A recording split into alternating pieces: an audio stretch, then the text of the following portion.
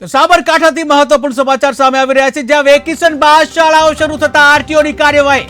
Vacation બાદ શાળાઓ શરૂ થતા આરટીઓની કાર્યવાહી કે જ્યાં હિંમતનગર આરટીઓની 2 ટીમ સાથે પોલીસની યોજાઈ ડ્રાઈવ.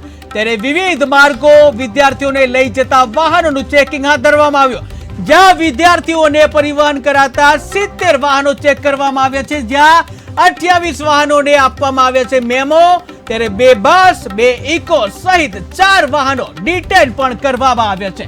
તો મહત્વપૂર્ણ સમાચાર સામે આવી રહ્યા છે કે હાલ ગઈકાલે જે તમામ શાળાઓ જે છે તેના પ્રથમ સત્રનો પ્રથમ દિવસ શરૂ થઈ ગયો હતો, અને ત્યારબાદ જે આરટીઓએ જે તપાસણ કર્યું કે જે આરટીઓએ જે સ્કૂલ વાન છે તેમના ઉપર તવાઈ બોલાવી હતી, ત્યારે હિંમતનગર આરટીઓની 2 ટીમ બનાવવામાં આવી હતી અને 2 ટીમ બનાવી અને ડ્રાઈવ યોજવામાં આવી હતી. ત્યારે આ અંગે 2 ટીમો બનાવી વિવિધ માર્ગો પર ખાસ કરીને જે વિદ્યાર્થીઓને લઈને જતા જે વાહનો છે એ સ્કૂલ વાનને ચેકિંગ હાથ ધરવામાં આવ્યું.